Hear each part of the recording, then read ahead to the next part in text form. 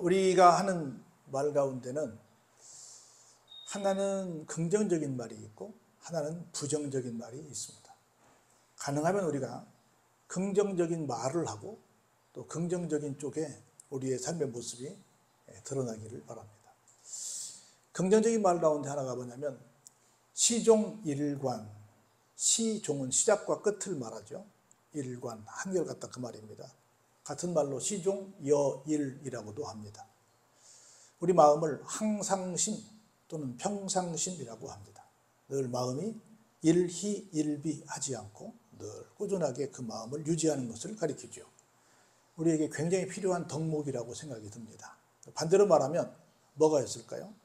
시종일관의 반대말 아마 작심삼일일 것입니다. 마음을 먹었는데 며칠 못 가요? 3일이 못 가요. 그러면 시종여일 같은 말이지만 이것의 반대말은 또 뭘까요? 아마 용두삼이일 것입니다. 시작은 거창하게 했는데 끝은 없어요. 막 일을 잘 벌리는 사람들이 있습니다. 제가 볼 때 부럽긴 해요. 근데 굉장히 많이 벌렸는데 뒤에 가서 보면 아무것도 없는 사람들이 있지요. 항상심의 반대말은 또 뭘까요? 내가 볼 때는 감정의 기복이 굉장히 심한 사람이 아닐까 싶은 생각이 듭니다. 평상심의 반대말은 또 뭘까요? 내가 볼 때는 아마 분노 지수가 굉장히 높은 사람이 아닐까. 뻑하면 화를 내니까. 자, 똑같은 말의 반대말을 보면 우리는 어느 쪽에 있을까 한번 생각을 해봅니다. 우리는 가능하면 시종일관하고 시종여일하고 항상심을 갖고 평상심을 가졌으면 좋겠다 하는 생각이 듭니다. 그런 맥락에서 예수님께서는 이제 산상수훈, 산상설교, 산상보훈이라고 하죠. 설교를 마치시고 난 다음에 어떻게 하셨는가 예수님의 거동을 한번 살펴보시면서 은혜를 나누고자 합니다. 자, 1절에 볼까요? 예수님께서 12 제자에게 명하기를 마치시고 말씀을 쭉 하셨어요. 그리고 나서 이에 그들의 여러 동네에서 가르치시며 전도하시려고 그 길을 떠나가십니다. 불러 모아서 말씀을 하신 다음에 그냥 가가 아니라 직접 그들은 누굽니까? 제자들이죠. 제자들의 동네로 직접 가셔서 가르치시고 전도하시려고 함께 그곳에 가시게 됩니다. 교육을 마치면 반드시 뭐가 있어야 돼요? 교육을 실천할 수 있는 현장이 있어야 합니다. 우리가 학습이라는 말을 하죠. 학습은 한 단어가 아니라 두 단어입니다. 학은 배운다는 뜻이고 습은 익힌다는 뜻이에요. 배웠으면 뭐 해야 돼요? 익혀야 돼. 학교에도 공부를 했으면 집에 가서 뭐 해야 돼요? 복습해야 돼요. 학생들은 공부를 3가지 해야 됩니다. 학교 가서 학습 공부를 해야 되고요. 배워야 되고 두 번째 학교 가기 전에 뭘 해야 돼요? 예습해야 되고 학교 갔다 와서 뭐 해야 돼요? 복습해야 돼요. 공부를 몇 번 해야 돼요? 3번 해야 돼. 한번 다시 해볼까요? 배우기 전에 예습하고 배우고 나서 학습하고. 그래서 성경에도 간단히 말하면 먹을 수 있는 짐승과 먹지 못할 짐승이 있는데 먹을 수 있는 짐승은 어떤 짐승일까요? 되새김질하는 거예요. 소는 위가 몇 개예요? 4개야. 먹고 뱉어서 또 씹고 또 넣고 먹고 뱉어서 또 씹고 또 넣고 계속해서 열심히 막 먹어요. 열심히. 그리고 이제 집에 와서는 계속 그걸 뭐 해요? 되새김질하는 거예요. 여러분들이 말씀을 들었어요. 그럼 나가는 순간 다 끝이 아니라 왜 저 말씀을 했을까? 뭐래요? 계속 되새김질하는 거예요. 이거 이제 학습이야 이게. 습이고 그 되새김질해서 뭔가 깨달았어. 그럼 뭐 해요? 그대로 또 실천을 해야 돼. 근데 우리는 배움이 있고 그리고 이것을 익히는 것이 있고 그 다음에 실천이 있는데 대부분 어디서 끝나요? 그냥 배우고 말아. 배우고 집에 가서 뭐예요? 익히지 않아. 익히지 않으니까 뭘 못해요? 실천을 못해. 그러니까 우리 애들이 중학교 때 3년, 고등학교 때 3년, 유치원 때도 지금 하긴 하지만 유치원 영어도 있잖아요. 그거 빼고 중학교 때 3년, 고등학교 때 3년, 6년, 대학교 4년에서 적어도 10년을 공부하는 영어 공부를 하는데 외국인만 만나면 어때요? 도망가지 뭐. 아무 말도 안 나오지. 뭐 안 했으니까? 복습을 안 했고 가서 실제 부딪혀보질 못했으니까. 그냥 부딪혀보면 될 텐데 못하는 거지. 그래서 예수님께서 그걸 다 하시고 난 다음에 뭐 하시러? 가르치시고 전도하시기 위해서 떠나가셨다. 현장으로 가야만 합니다. 자, 볼까요? 그런데 그 무렵에 어떤 일이 생겼냐면 세례 요한이, 성경 요한이 여러 있죠. 세례 요한, 사도 요한이 있는데 세례 요한이 옥에서 갇혀있는 상태가 됐습니다. 그런데 누구 때문에 지금 일하시다가 거기 갔죠? 예수님의 길잡이 하다가 갔잖아요. 그러면 다른 사람은 몰라도 누구는 와야 돼요? 예수님은 오셔가지고 수고했다. 내가 어떻게든 방면을 위해서 어떻게 좀 힘써고 뭐 애써라, 잘 참아라, 뭐 뭔가 오셔서 한 말씀 하실만 하잖아요. 근데 예수님께서 옥에 있는 그 세례 요한을 찾아오셨어요? 안 찾아오셨어요? 안 찾아오셨어요. 그럼에도 불구하고 내가 소개한 분이기 때문에 계속 그분에 대한 관심이 있을까요, 없을까요? 넘치죠. 그래서 예수님이 뭐 하시고 계시지 하는 궁금함을 누구한테 들어요?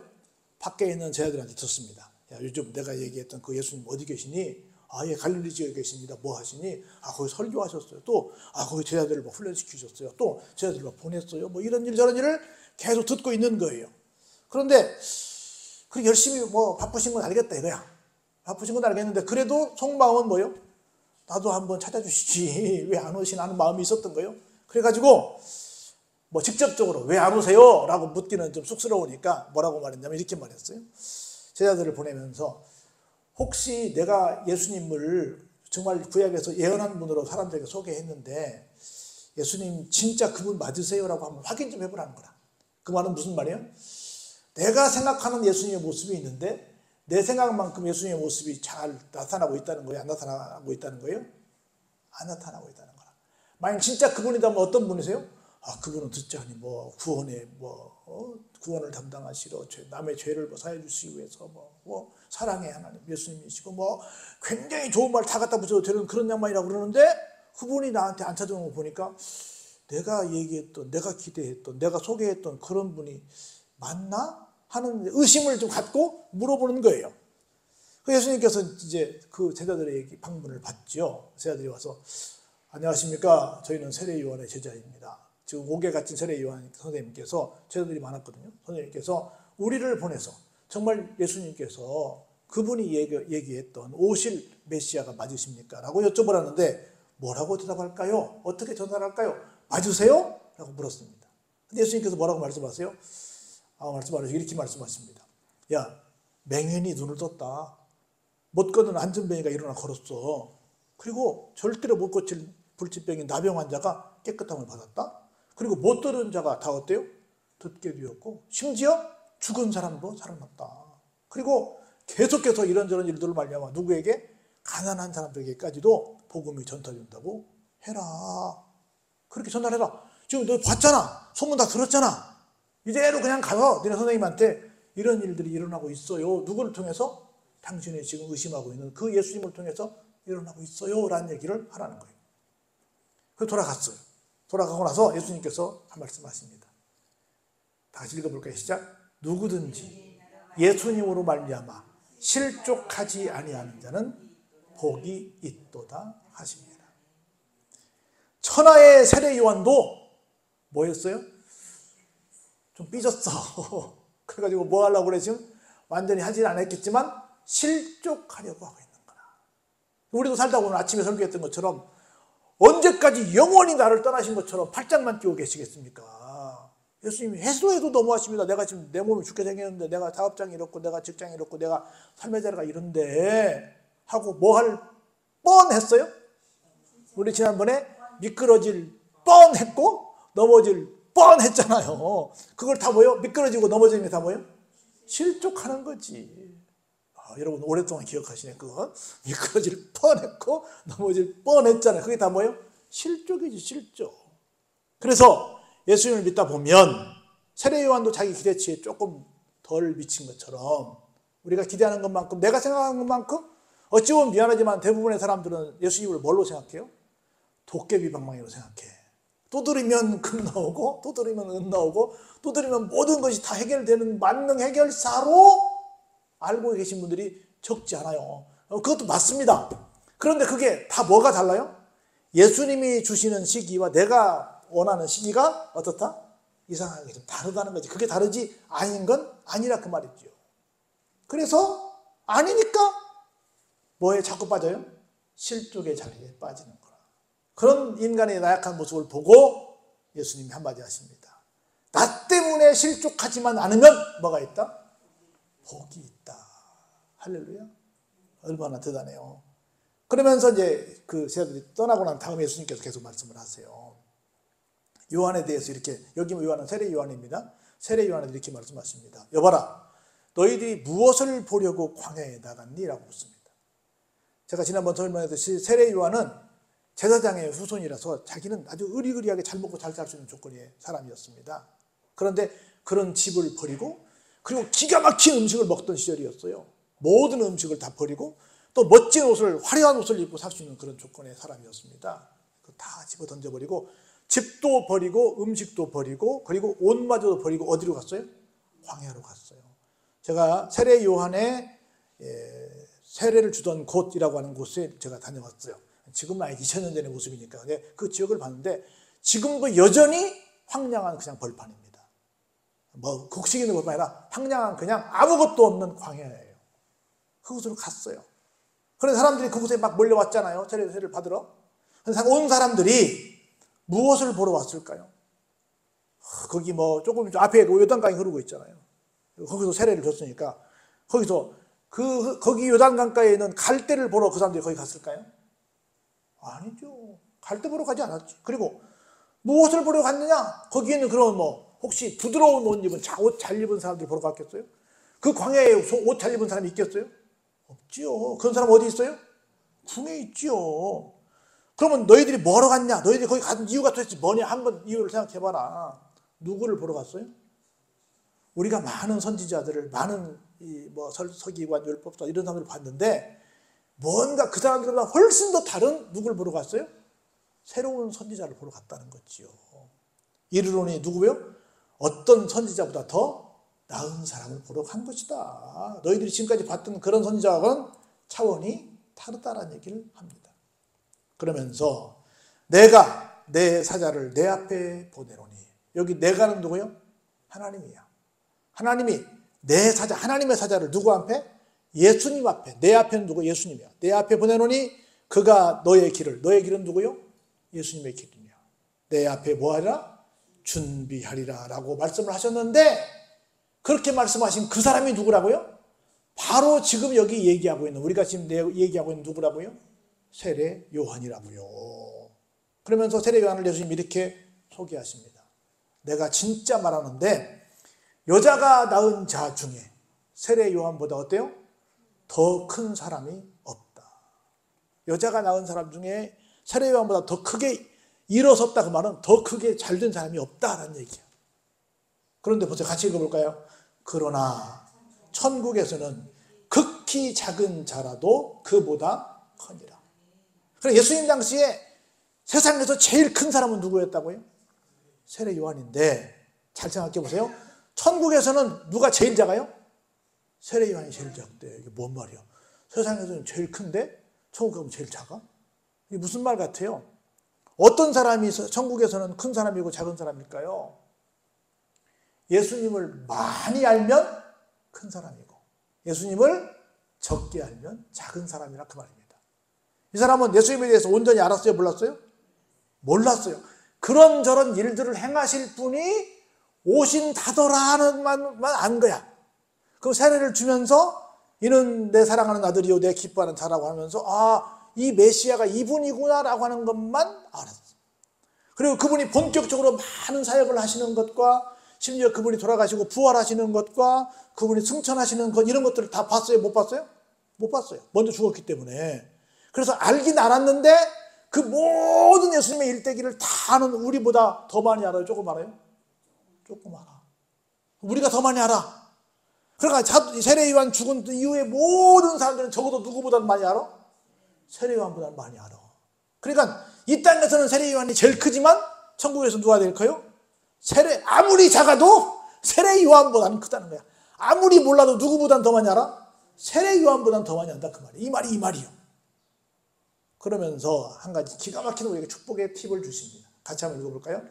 세례 요한의 때부터 지금까지 천국은 침노를 당하나니 침노하는 자는 빼앗느니라. 우리 침노 그러면 뭐가 생각나세요?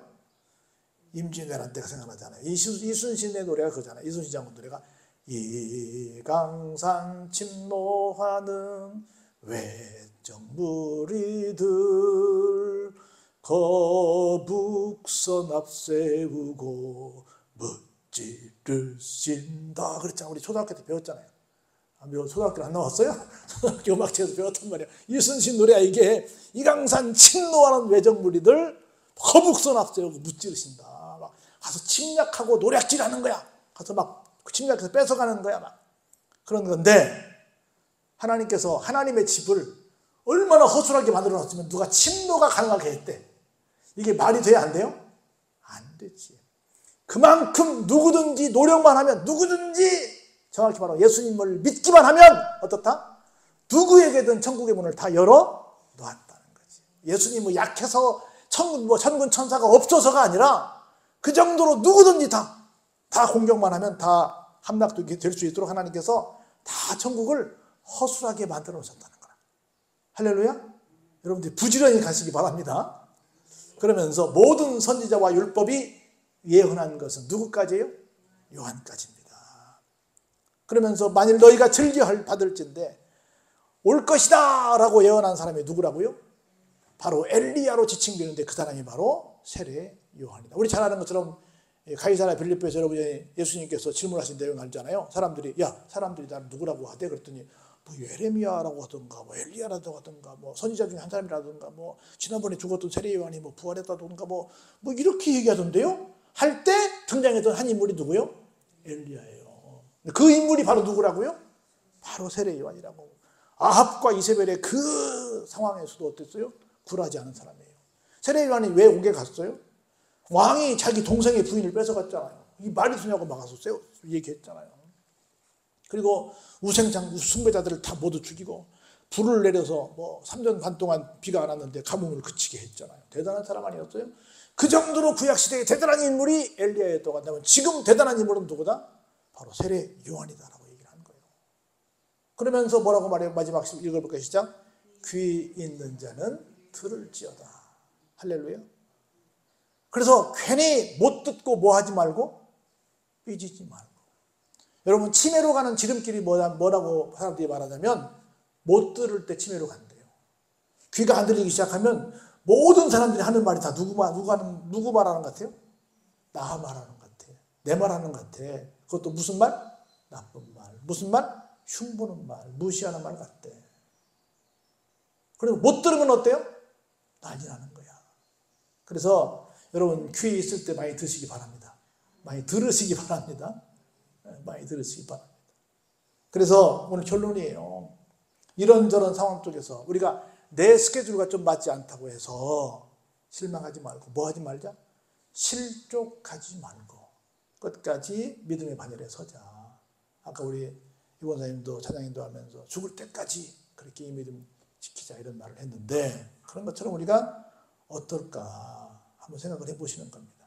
뭐가 가장 하나님께서 원하시는 길일까? 시종여일하고 항상 시종일관하고 항상심 갖고 평상심 갖고 늘 하나님 말씀을 늘 아멘으로 화답하면서 하나님의 때를 기다릴 줄 아는 그런 인내의 사람이 될 때 우리의 삶의 자리가 멋진 삶의 자리가 될 줄로 믿습니다. 기도하겠습니다. 은혜가